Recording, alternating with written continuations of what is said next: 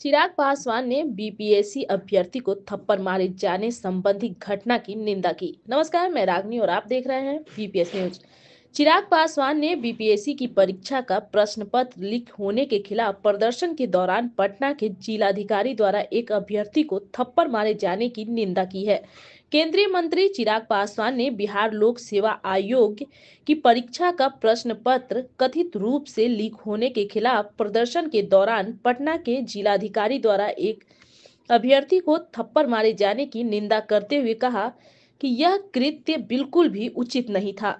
चिराग की पार्टी लोजपा केंद्र में सत्तारूढ़ राष्ट्रीय जनतांत्रिक गठबंधन की सहयोगी है। पटना के जिलाधिकारी चंद्रशेखर सिंह द्वारा शुक्रवार को पटना के एक परीक्षा केंद्र पर प्रश्न पत्र के कथित रूप से लीक के विरोध में प्रदर्शन कर रहे छात्रों के एक समूह में शामिल बीपीएससी अभ्यर्थी को थप्पड़ मारने की घटना कैमरे में दर्ज हो गई थी। लोजपा के प्रमुख पासवान ने औरंगाबाद में संवाददाताओं से कहा, यह गलत कृत्य था। प्रदर्शन स्थल पर हिंसा की ऐसी घटना में पटना के जिलाधिकारी का शामिल होना, जहां एक अभ्यर्थी को थप्पड़ मारा गया, बिल्कुल भी उचित नहीं था। मैं इस तरह के कृत्य की निंदा करता हूं।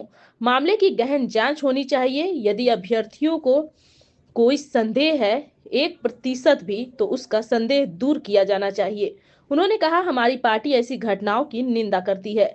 हम किसी को भी अभ्यर्थियों और युवाओं के भविष्य के साथ खिलवाड़ करने की अनुमति नहीं देते। सुनिए क्या कुछ कहते हैं चिराग पासवान।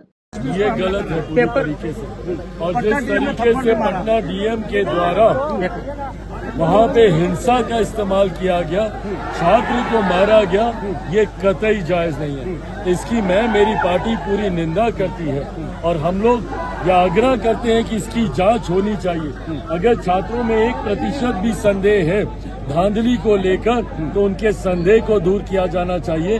छात्रों के भविष्य के साथ खिलवाड़ कतई लोक जनशक्ति पार्टी रामविलास बर्दाश्त नहीं करेगी। मुख्यमंत्री जब बिहारियों से मिलने की सोच के साथ इस यात्रा पर निकले हैं, इस बात की बौखलाहट है, क्योंकि ये लोग कभी जनता के बीच जाते नहीं हैं। ये लोग अपने घर के दरवाजे भी बिहार की जनता के लिए बंद करके रखते हैं। तो ऐसे में क्यों मुख्यमंत्री जा रहे हैं, इस बात से विपक्ष घबराया हुआ है। तभी राजद के राष्ट्रीय अध्यक्ष ने तो ऐसी अशोभनीय बात कर दी महिलाओं को लेकर, जिसकी हम लोग कल्पना भी नहीं कर सकते। वो हम सब के लिए आदरणीय है, आदरणीय लालू जी, वो इस तरीके की बातें कर रहे हैं मुख्यमंत्री को लेकर। आप मुख्यमंत्री से सहमत असहमत हो सकते हैं, पर ऐसी निंदनीय भाषा की सहमति कोई आपको नहीं देता।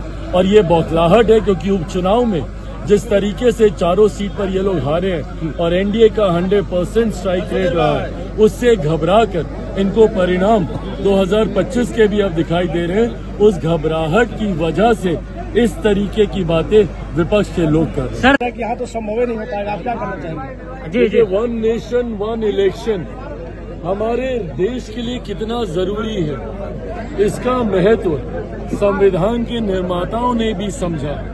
तभी शुरू में जब देश आजाद हुआ तो देश भर में एक साथ ही चुनाव कराने की व्यवस्था बनाई गई, और ये लगभग 1-1.5 दशक तक ऐसे ही चला। 60 के दशक में जब अलग अलग राज्यों में बीच में ही सरकारें गिरने का सिलसिला शुरू हुआ, उसके बाद से इस व्यवस्था में थोड़ी सी दिक्कत आने लगी। पर आज की तारीख में जिस तरीके से बार बार देश में चुनाव होने से आर्थिक बोझ जिस तरीके से देश में पड़ता है, जिसका सीधा असर हमारी देश की आबादी पर, देश के लोगों पर, उन टैक्स पेयर्स पे होता है जो कहीं ना कहीं देश के विकास में अपना योगदान निभाते हैं, पर उस विकास के पैसे को लगातार चुनावी प्रक्रिया में इस्तेमाल किया जाता है। अभी भी आप देख लीजिए, 5-6 महीने पहले लोकसभा के चुनाव हुए, उसके ठीक बाद हरियाणा और जम्मू कश्मीर के चुनाव, उसके बाद झारखंड और महाराष्ट्र के चुनाव, आज हम लोग दिल्ली के चुनाव की तैयारी कर रहे हैं, उसके बाद बिहार के चुनाव, फिर असम के चुनाव। ऐसे में मॉरल कोड ऑफ कंडक्ट लगने से भी विकास की परियोजनाओं में की गति रुकती है। ऐसे में जरूरी है, और सेना का डिप्लॉयमेंट भी, जिस सेना की जिम्मेदारी देश की सुरक्षा की है, वो समय समय पर अलग अलग राज्यों में हो रहे चुनाव में व्यस्त रहते हैं। ऐसे में जरूरत है।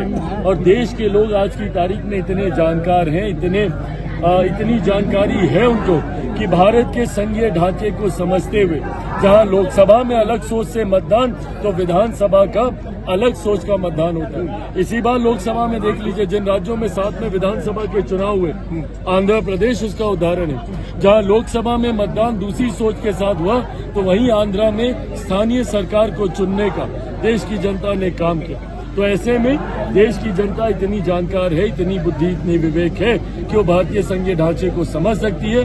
विपक्ष को अगर चिंता है तो मेरिट्स पे बात करें, हम लोग तैयार हैं।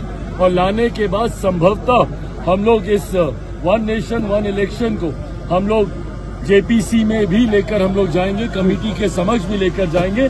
वहां पर विपक्ष इसके मेरिट पे चर्चा करे। विरोध सिर्फ इसलिए कि नरेंद्र मोदी लेकर आ रहे हैं, विरोध करना है, ये कतई जायज और उचित नहीं। धन्यवाद। मैं रागनी और आप देख रहे थे VPS न्यूज।